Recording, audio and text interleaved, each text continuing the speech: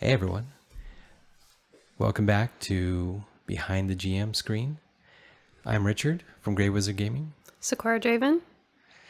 So, I have to ask you for a 1 or 2 syllable nickname that I can call you, because I was like, no. You can say Sakura. Okay, Sakura. All right. So, in this episode, we are talking about what makes the old world of darkness made by White Wolf so special. Oh, let me count the ways. Well, I think we are. Besides the fact that it was my introduction into roleplay games, I love that it's a rules light game and it's adaptable. It's extremely adaptable on the fly. I love that it doesn't stronghold characters into very specific skill sets, what you're good at, what you're not good at, and if you're not good at it, don't even attempt it. With the D10 dice pool system, I always tell my characters, whatever you want to try to do, tell me. We'll make a roll for it. So I definitely think that the White Wolf system taught me what was possible with a role-playing game. And definitely, I hope that we get a lot of people commenting that there were other role-playing games Yes, that were I want to hear rules-light about them. before. Yes. Absolutely. But for me, White Wolf was the first rules light game. Yes. I think Dungeons and Dragons was pretty similarly, like, it's very rules like there's not very much rules to not advanced Dungeons and Dragons, but I'm saying like original first edition Right. 1970 Dungeons and Dragons. But most people at this point probably got into D&D when it was a huge, like, just endless stacks of books. Yes. And White Wolf also had endless stacks of books. Most of them are on my shelf still. I'm a But proud owner of there some you very go. original books.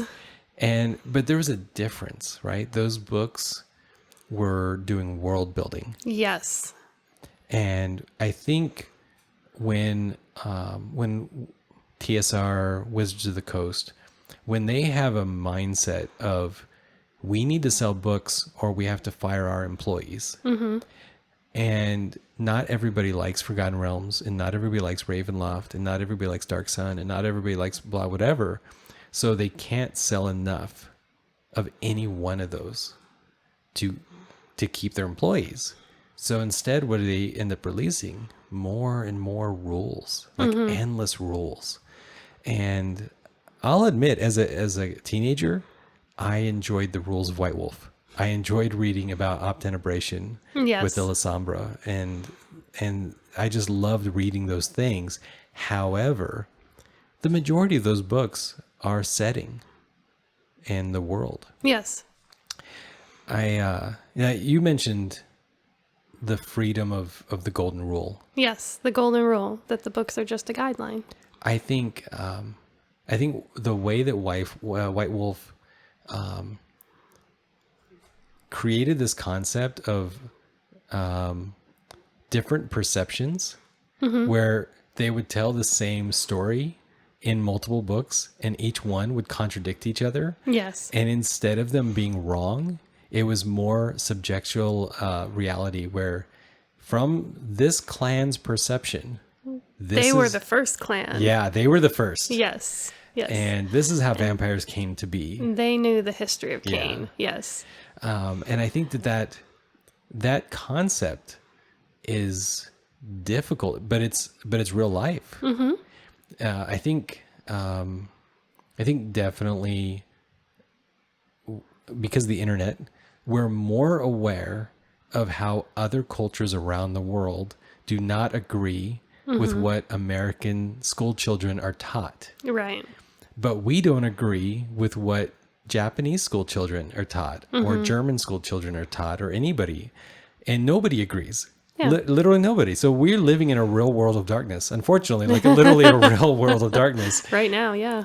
which is not what, like, games like Dungeons and Dragons or Shadowrun go Which through. is strictly a fantasy based. Yeah. And those are true fantasies. The idea that there's one set of facts and one Yes. set of this is what's right. And if you don't have this memorized, you're wrong. But that's not White Wolf. No. Everybody's wrong. Yep. And it's how you interpret it and how you use it in your game to gain the most fun. So one of the things that stood out to me when we first talked, and we're super close friends who've known each other for 3 weeks. I love the way you put that. That's super true. So one of the things that stood out to me was when I first started playing White Wolf, I had immediately a void of archetypes. There was no rules to run the kind of characters that the rogue, the bard. some of the players wanted to play. Right. And very quickly, I would just spend the night writing out alternative disciplines. Like for me, it was all vampire. I didn't at that point in my small town in New Mexico. I don't think we had werewolf, so I wasn't aware of the other ways that White Wolf, this White Wolf storyteller system could be used. So to me, everything was just disciplines. Even like when I made a game system for rogues and assassins and wizards and fighters, to me, everything was disciplines because the vampire system, it was the only system I knew at that point. Eventually I owned all the systems, Wraith, Mummy, everything. So I saw there's so many different ways the storyteller system could be used to build alternative character systems. But I, within about 3 or 4 months, I had a whole like kind of vaguely Forgotten Realms-esque game system because my girlfriend at the time wanted to play fantasy. It was a little strange to me. Like now it seems like it'd be the opposite. But at the time she was like, oh, I don't really want to do vampire stuff. I want to play like swords and sorcery kind of stuff. Okay, yeah. And so I had built a whole system making up the disciplines that would match these classes and making sure to give a lot more disciplines than what they played with, so that as they advanced, it wasn't me making up new levels of disciplines or more new disciplines on the fly, but kind of predicting where they might want to go or what other characters might use. Right. So when they're like, well, why does my rogue not able to do that? Because you didn't choose that discipline. It created a great framework in which to build from. The framework of White Wolf system is how I built the pirate system. And it created the bones that I needed to then create myself without getting too number crunchy. What I think really works well about the White Wolf system is you can do it in bite-sized pieces. Yes. Right? Like you need a whole book to describe introducing psychics to D&D. But in Vampire, you could literally say, well, or a storyteller, you could say, okay, everyone, so everybody's a human, so you just don't have disciplines. Okay. There's all the rules right there. You're just humans. Great.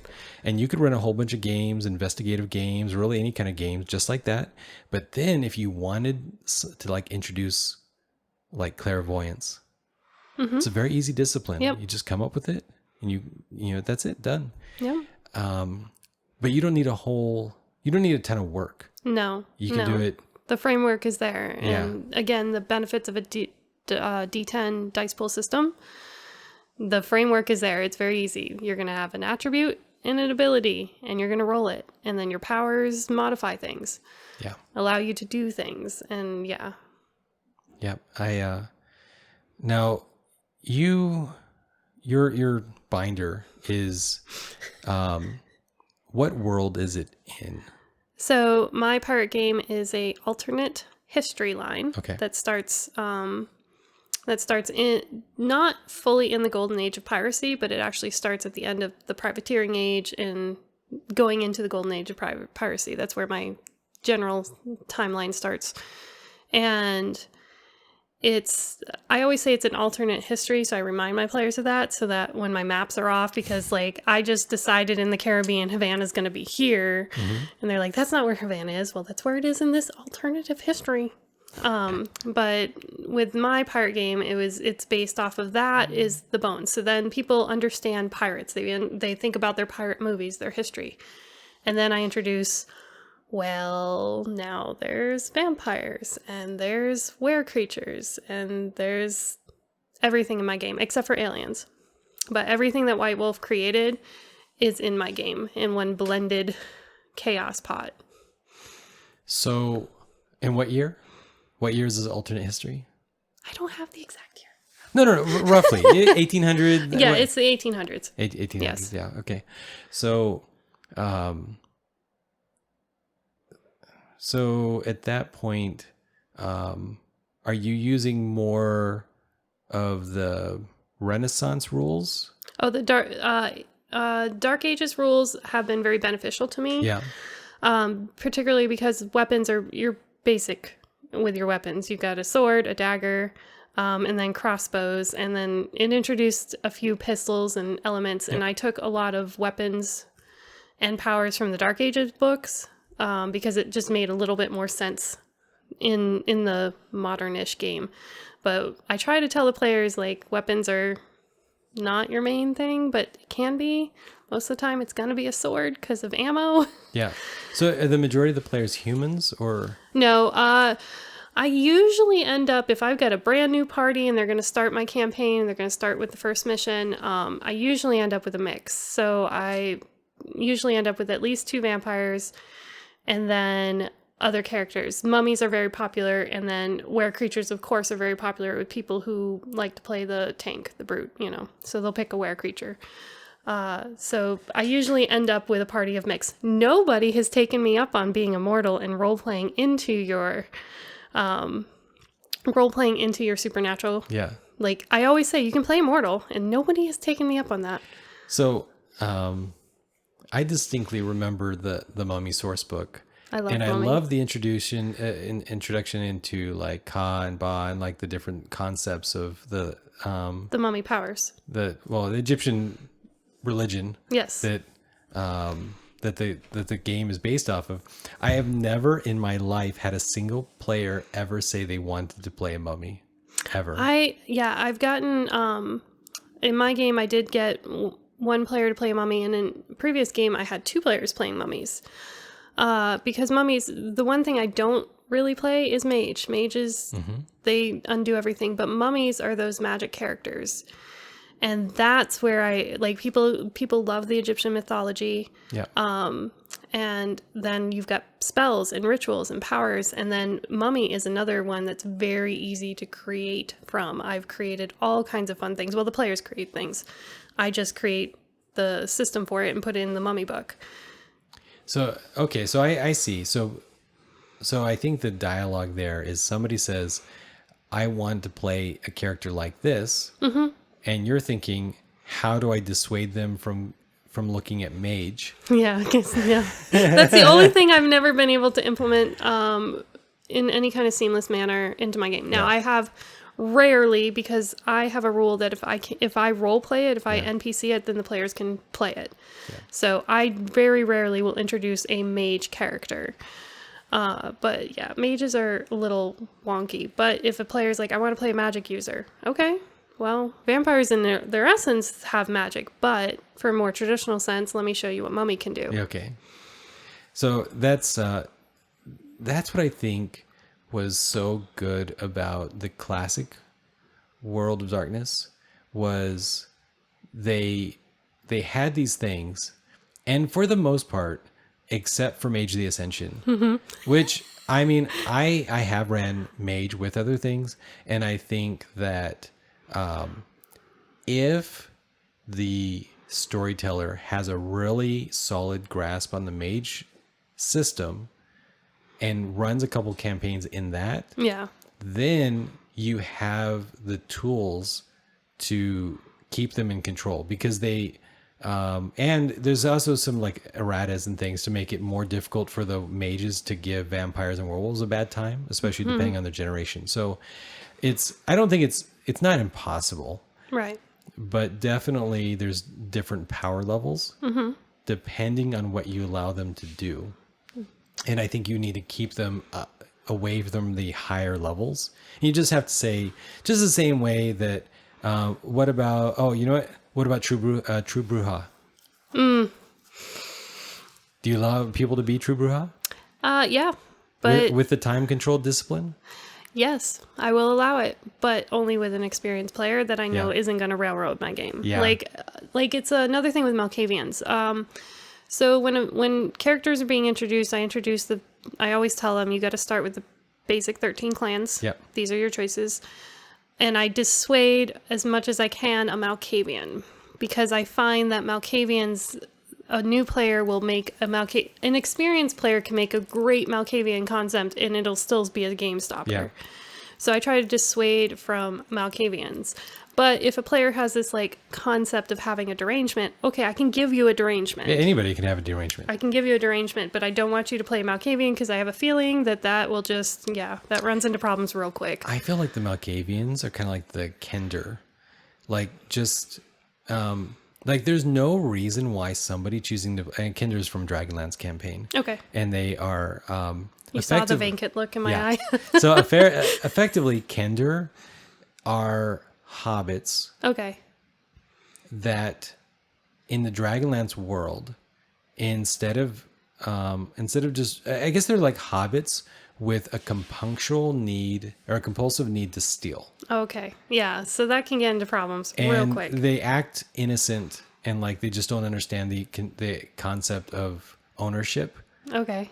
And it's That can be game stopping. yeah, it can Funny. it can be funny, But game stopping. and it was comedy relief in the books that it's based off of.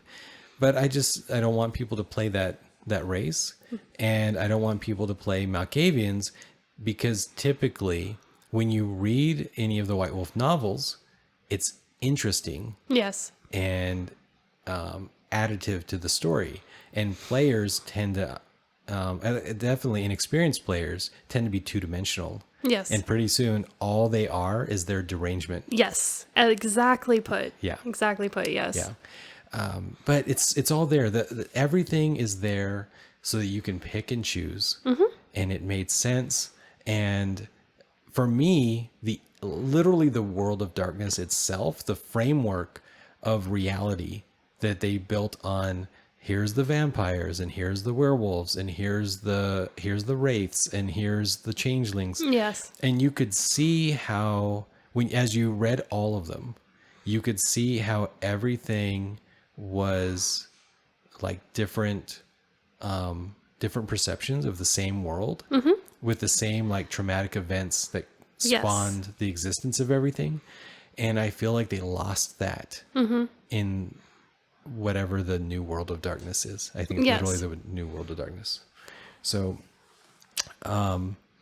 yeah, that's what I feel like is just, it doesn't matter, even though obviously all the books were written in modern times. Yes. It wasn't difficult for me to create adaptations for a pirate game. And over the years, I've added to it. I didn't have very concrete ship battles, but I've created a framework. I've looked at old ships and created framework for it using their system. So I was able to create that relatively easily. I feel like there's so many questions and topics of that. I think that we've got to have a couple episodes at least about building other worlds out of the world of darkness. I agree with that. Like there's some good questions and GM exercises that I have that could definitely be a topic. So with that, I think this is probably a good point to wrap up the episode. I agree. All right, then everyone please comment on this episode or any other episode on behindthegmscreen.com. And bye.